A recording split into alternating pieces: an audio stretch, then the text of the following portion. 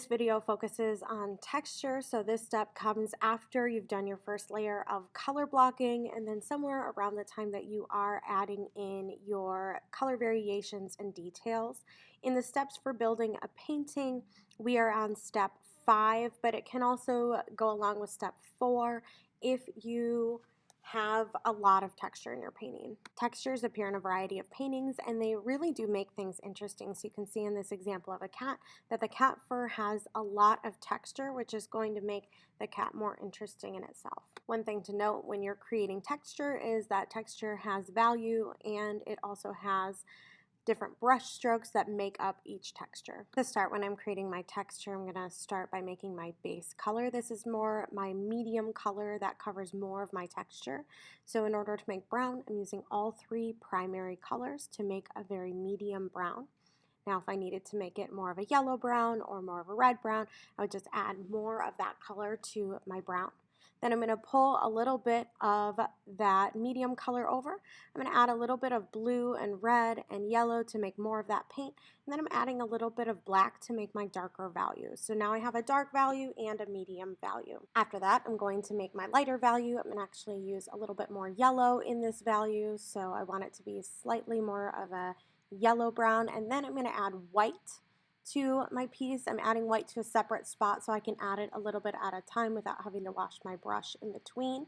So I'm making my lighter value and then I'm just taking my brush with a little bit of that other color on it to make my lightest value. So now I have 4 values. I like to have both detail brushes and flat brushes available to me to use throughout my texture, so I just have them ready.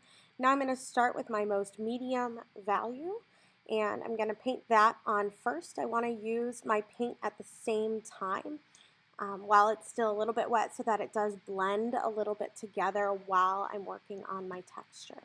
So I'm using my brush and I'm using it in the direction of all of the fur. So I'm looking at how the fur moves and then I'm following the fur with my brush. I'm not blending a ton with this texture because I need to be able to still see that it has that fur texture. So think back to the tree activity where you didn't do all of that blending, you did some stippling, but you didn't blend it all together. That's going to be a lot of your texture, especially when you're working with fur. As I'm going, I'm looking where the light values, where the dark values, and where the color variations are, and I'm using the same brush strokes but adding them in and not quite blending them all the way so that you don't lose that fur texture throughout.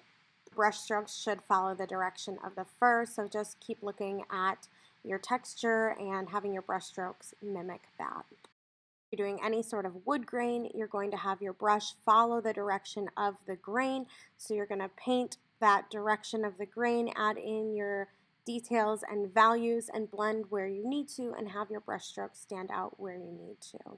If you're working with any sort of curly hair or texture or fur, you're going to move your brush in a sort of C shape and you're going to overlap those C-shaped brush strokes.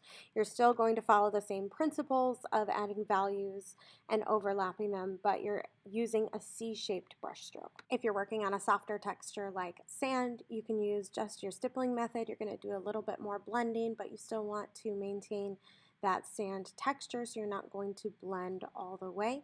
You're just going to do some stippling and add in some values. These are some really nice student examples of texture. So with the bee, you can see the texture in both the bee's fur and in the pollen on its head. With this one, you can see a lot more pronounced texture. She did a nice job with lots of different colors in the longer, more curly fur. And then with this one, it's a lot of a softer texture, and you can still see that it's fur, but it's a little bit softer and more fluffy.